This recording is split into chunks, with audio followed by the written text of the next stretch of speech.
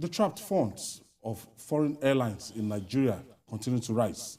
According to the latest figures by the International Air Transport Association, IATA, the total amount of the fund has risen to $802 million. As a result, IATA warned the federal government that the situation could hamper air connectivity, economic growth, and the development of the country's aviation sector. Jide, this is ridiculous. Yes. I don't think, what's the name? Emirates, they've not resumed operation No, in they Nigeria till today. They have a large chunk of their money, trapped here. And the terrible thing is that this is largely happening in Africa. It is said that the amount of block funds in Africa is $1.6 billion, whereas Nigeria alone accounts for 802 million naira. $1 million. $1 million. So that means like 80% of that money. So then 66% of those block funds across the world are in Africa. So you can see clearly that this is an African problem. If 66% of block funds globally are... What is responsible? The dollar illiquidity is the biggest problem behind this in our country. In the past, yes, we were paying them in dollars, repatriating their funds in dollars. But you and I know that it is a lot more difficult these days to access the greenback in our country. Even manufacturers whose efforts will help reflate the economy, they can't access dollars. For legislative airlines who need Jet A1, aviation fuel, they can't access dollars. They said, look, give us even the opportunity to bring it in. The marketers who bring in these petroleum products, because it's not regulated, that CBN is struggling to meet the obligation of making this money available to these people so that they can repatriate to their countries. Some people have argued that we should not have even agreed to that in the first place, that the currency of the country in which they are operating, they should be able to, what's it called, that we should be able to, they should be able to accept the currency of the country in which they are operating. But we had, I think maybe because of the value of our currency, if our currency was strong, for example, of course they are going to accept. Now, we, over the years, have always made it available to them. But the level of dollar availability or liquidity that we have now is not like before. Because, one, I was even reading that we did not meet our OPEC quota, and as a result of that, in 1 month, about 30 million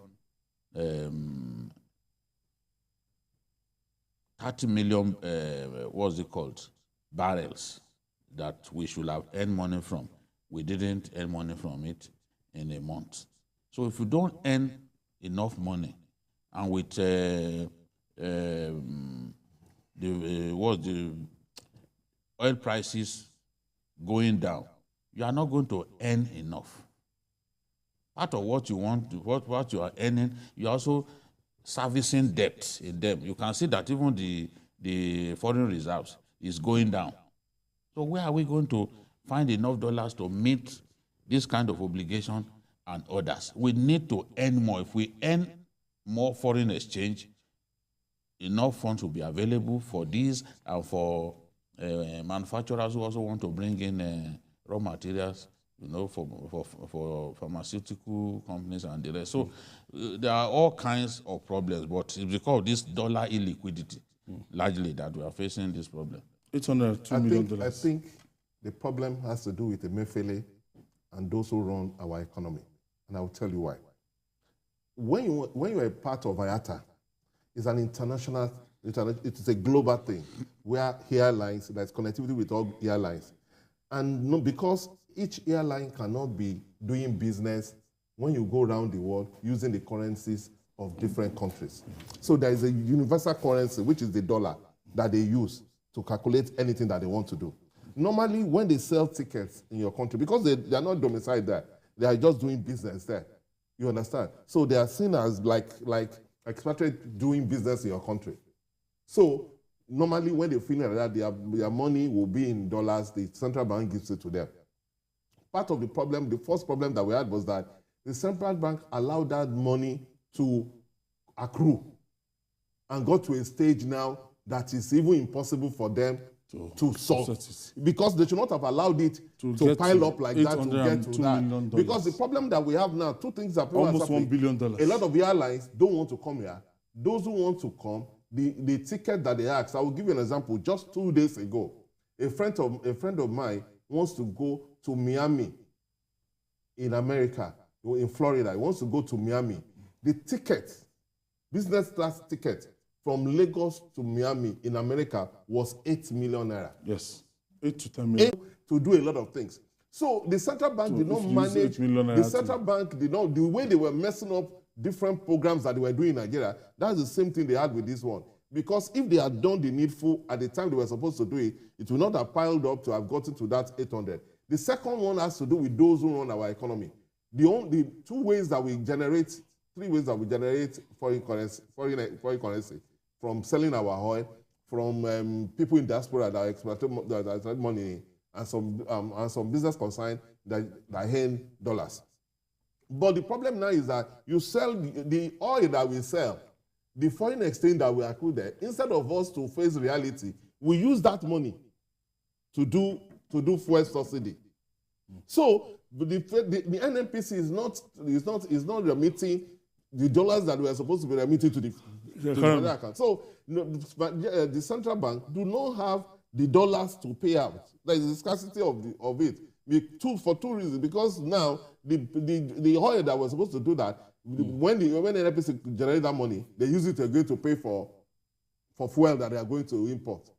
So we have to face reality, and because if we want to be part of the global business chain, we cannot afford to be defaulting. Because what it means is that airlines will not come to your country, and you cannot do business without moving out and coming in. Julie, on a final note, what is the way out of this situation? $802 million going to $1 billion. How do we offset this amount? Oh, they have to find a way. The CBN governor had a meeting with them sometime last year, and I think some payments were even made. Yeah, but then he renewed. That's why they went back to. So we got to find. It's an obligation when you get into agreement with people. You have to honor your obligation. That's what sets apart decent people from indecent people. Because if I know that you will default in business with me, I will not want to have anything to do with you. So this is an obligation that they have to find a way to meet. We have problems with earning foreign exchange. Part of what we have, we're also using a big chunk of what we earn. We are using it to import petroleum, PMS. So CBN will continue to struggle to find the funds for everyone. Everyone is looking for dollars in our country. And that's why the value continues to go up against the Naira. So that's the way it will be. Even the normal BTA, they've reduced it now officially to 2,000. Normally the PTA that you're supposed to be 4,000, they've reduced it now to 2,000. Even the 2,000, you can't get it. You cannot get it. In few forms, you go to. You cannot get it. It's so frustrating. Because they don't have foreign exchange, they don't. It's so frustrating. People can't come here and do business. They were complaining the other day of Nigerians that why should British Airways be charging Ghanaians lesser than they charge us here? Of course, there is greater stability there. Yeah. They can plan. Today, you cannot say, okay, this is how much they will exchange the dollar to the Naira. And they have more problem than us. But they still meet their obligations.